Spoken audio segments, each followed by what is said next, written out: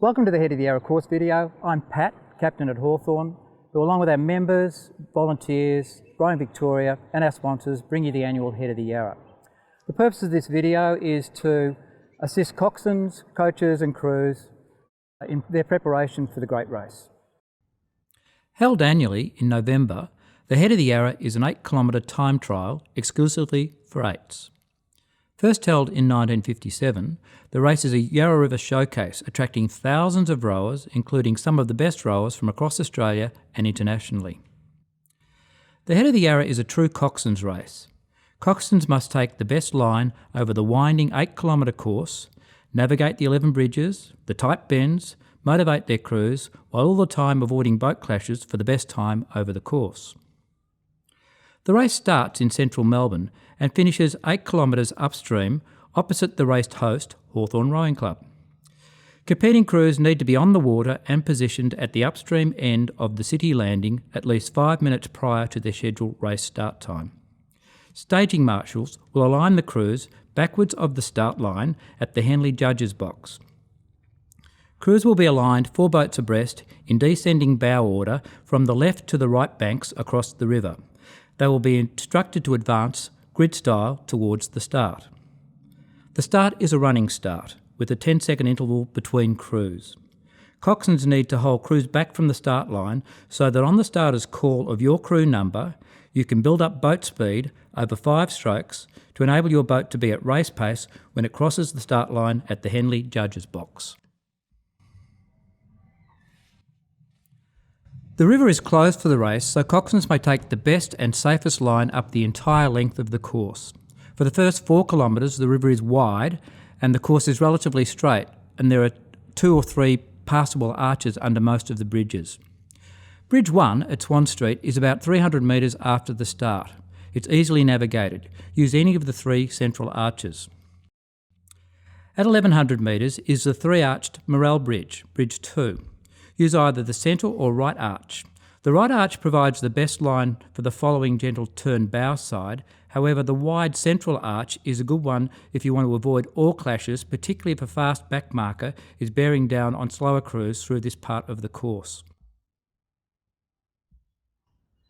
At the 1600 metre mark is the Punt Road Bridge with 3 easily navigated central arches leading to a wide 500 metre straight. After the bridge, coxswains should move to the left side of the straight for the best line for the gentle strike side curves that lie ahead. At the 2,200 metre mark is a wide span railway bridge.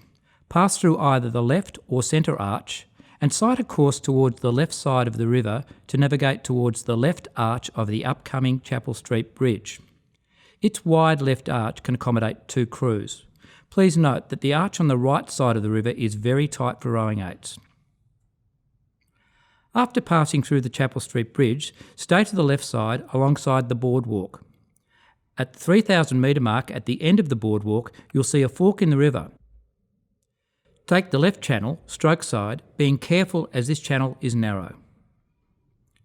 Approaching the entrance to the left channel, beware of the floating litter trap on your left and then 100 metres on, a pontoon landing on the right bank. There's also a floating litter trap on the left bank just before exiting the channel opposite Heron Island. Now take a line close to the right bank to round the gentle bowside bend past Powerhouse Rowing Club. After Powerhouse, continue to stay close to the right bank on your bowside until you approach Big Bend. This is the most difficult bend on the course, a very tight U-shaped bend to the left stroke side at the 4 kilometre halfway mark. You'll need to prepare early by taking the best possible line. Rounding the big bend to your left, stroke side, will require full bowside pressure for about 25 strokes. Some coxswains call for their 2, 4 and 6 to air row, maintaining boat rhythm and speed to keep a good line in rounding this heartbreak corner. Others with large rudders can navigate with calls for full weight bowside, deadlight stroke side. Practice with your crew to determine what works best. With the big bend behind you, you'll now row around a gentle 400 metre long bowside curve. Stay close to the right bank as the river continues to curve until you pass under the wide span of McRobinson's Bridge, Bridge 6. You're now in a 500 metre long straight. At the top of the straight, make a modest turn to stroke side, and after rounding the corner, steer to the right bank to your bow side, being careful to avoid moored boats and jetties as you navigate the gentle bend to the bow side over the next 400 metres of the course. At the 5 kilometre mark is the HEYINGTON Railway Bridge, Bridge 7. With 2 arches, the right arch provides the best line for the stroke side bend beyond the bridge. Once you pass through the bridge, stay to the right side until you see St Kevin's Landing on the left. Move to the left side of the river, preparing for a long turn ahead. Navigating this bend, stay close to the left bank, passing under the single span of the MONASH FREEWAY, Bridge 8, and just past SCOTCH College, which will appear on your right-hand side. You are now on the 600 metre long SCOTCH Straight. Prepare for a tight left-hand stroke side turn at the top of the straight, noting you may require a 15-stroke bow side effort to round this tight corner. You are now 2 kilometres from the finish in the 700 metre long Fairview Park Straight. This straight provides the penultimate opportunity to catch crews ahead of you. Move to the right side of the course towards the end of the straight, avoiding a small jetty on the corner and aligning your boat for a gentle turn to the right before passing through the Wallen Road Bridge, Bridge 9. With 3 arches, the centre arch is the only safe option for 8s.